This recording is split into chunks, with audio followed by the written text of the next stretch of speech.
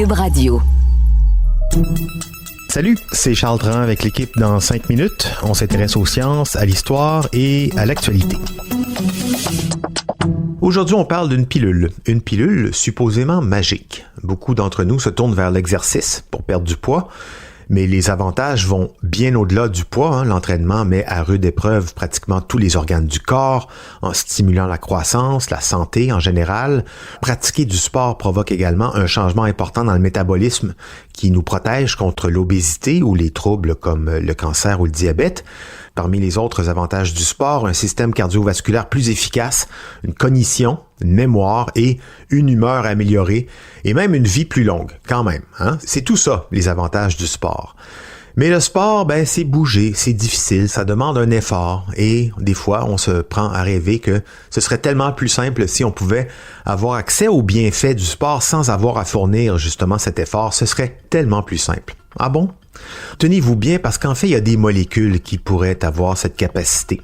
Comment ça marche? Et est-ce que surtout c'est une bonne idée, docteur? Voici Élise Jeté.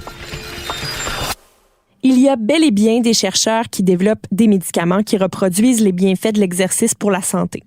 Par contre, ça se fait un peu de manière involontaire, parce que c'est en fait un processus qui permet aux scientifiques d'acquérir des connaissances sur la façon de traiter des maladies actuellement incurables. Dans l'édition d'avril du magazine New Scientist, le chercheur Ronald Evans explique qu'il n'a jamais eu l'intention de lancer un engouement pour les drogues qui améliorent les performances sportives, mais c'est quand même ça qui s'est passé. Malgré l'interdiction de son utilisation dans le sport, la substance qu'il étudie depuis longtemps a maintenant été détectée dans les tests de dopage des cyclistes et des boxeurs, tandis que les coureurs et les culturistes partagent des histoires en ligne sur la façon dont ça les rend néanmoins plus minces et plus forts. En 2002, Evans était biologiste au Salk Institute de la Hoya en Californie. Il a réalisé des expériences impliquant des souris dans leurs petites roulettes d'exercice. Il a administré un médicament connu sous le nom de GW1516 à des souris inaptes, s'attendant à avoir des effets modestes sur leur métabolisme. Mais les tests ont montré que les souris qui avaient reçu le médicament pouvaient courir 2 fois plus vite dans leur roue que celles qui ne l'avaient pas reçu. Les souris qui étaient de bonnes sédentaires très veg sont devenues des championnes de course. Le chercheur en revenait pas. Ça a comme été le déclencheur pour Ronald Evans. Il a eu envie de trouver une pilule qui remplace l'exercice. Ce dont le chercheur est sûr, c'est que nous sommes conçus pour bouger. Pourtant, la plupart d'entre nous ne bougent pas assez.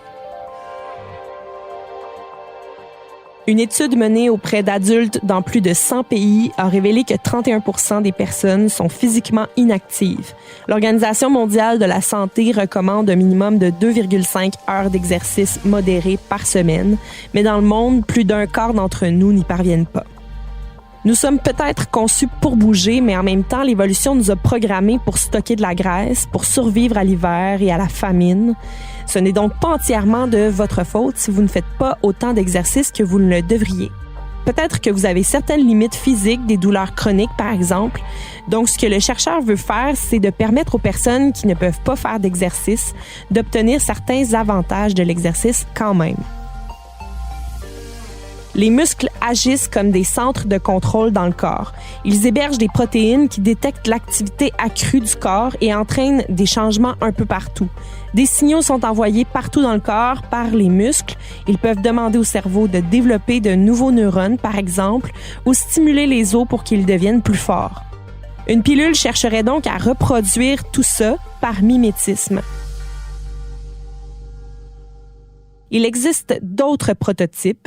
En 2012, Bruce Spiegelman du Dana-Farber Cancer Center de Boston a découvert une hormone libérée par les muscles pendant l'exercice qu'il a nommée irisine. C'est un messager chimique qui aide à mettre en mode exercice plusieurs parties du corps.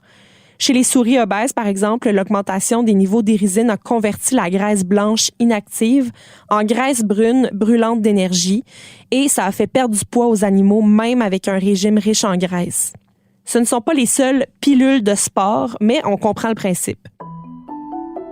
La science a quand même 2 grosses objections à tout ça. Premièrement, De nombreux types d'exercices ont des effets physiologiques différents. Les voies moléculaires impliquées sont trop diverses et complexes pour qu'on puisse les encapsuler. On a juste à penser aux bienfaits du sport sur la santé mentale. La deuxième préoccupation des scientifiques, c'est le risque d'effets secondaires. Les études de GW1516 ont été abandonnées parce que des doses très élevées administrées à long terme ont provoqué des tumeurs chez les souris. Ce n'est pas vrai que tous les bienfaits du sport peuvent apparaître par magie, même si on reste assis dans notre sofa. Plutôt que d'utiliser des médicaments comme moyen de prévention à long terme de l'inactivité, ça pourrait donc donner un coup de pouce à court terme pour protéger les personnes qui ne peuvent pas faire de l'exercice correctement en se remettant d'une intervention chirurgicale ou même pour les astronautes qui vivent en microgravité. Peut-être que ces médicaments-là pourraient aussi aider les personnes très obèses à atteindre un poids où elles peuvent commencer à faire de l'exercice sans se blesser. Pour l'instant, les chercheurs ne travaillent pas pour développer des pilules qui remplacent le sport, mais pour traiter des conditions spécifiques. D'autre part, le meilleur moyen de lutter contre l'inactivité, c'est de repenser la société pour soutenir l'exercice.